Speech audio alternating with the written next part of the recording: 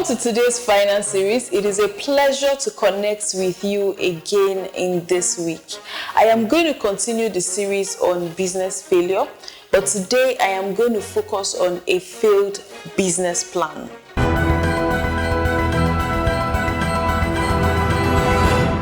A solid and realistic business plan is the basis for a successful business.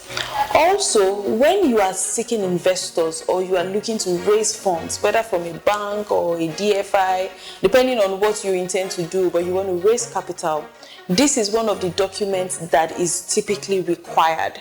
A business plan documents what a business intends to achieve, the how to achieve them, the strategies that it intends to put in place, the possible risk and mitigating factors. But a lot of small and mid-sized businesses fail because they are either not in existence, this document or this plan is not in existence, or it is not updated to reflect current realities. Let us look at some of the reasons why a business plan may not work.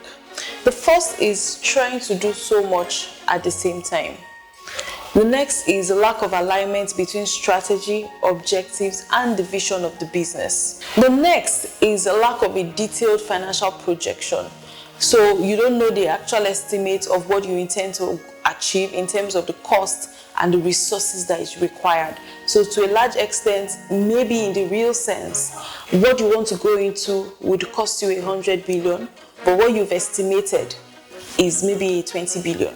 So at the end of the day, when you get into the market, you now face the realities and you realize that you did not properly account for all the costs or all the requirements, that you need to consider when you want to carry out that business. So that's what I mean by lack of a detailed financial projections. Another challenge is that sometimes the team is not balanced or appropriate for the task in hand.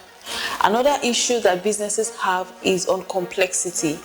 The more complex a plan is, the more challenging it is for you to implement. Complexity can also be very difficult for employees because it's difficult for them to understand their roles, their responsibilities, and at the end of the day, it might lead to confusion or even miscommunication. This can also impact deadlines within the business.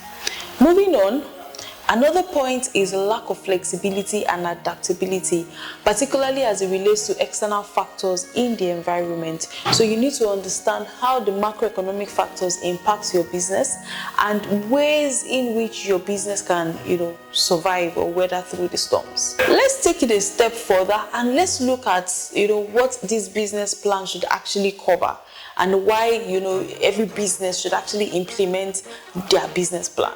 Having said the context, it is very important to note that implementing a business plan is an essential part of an organization's success. Remember, the plan details out all that you intend to achieve, your strategy, the how to achieve them, possible risk, and the mitigating factors.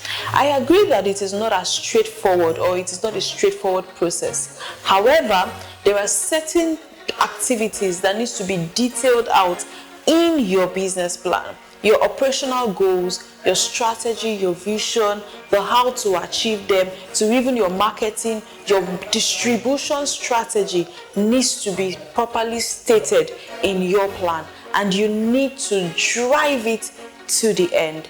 If your goal at the end of the day is to get an investor, or your goal at the end of the day is to see this plan through to implementation, then you must ensure that you detail out all this as you progress. In the next series, I'm going to be talking about what investors would like to see in a detailed business plan. Follow me and make sure that you do not miss that series. Thank you for listening. Thank you for your time, and do have a great one.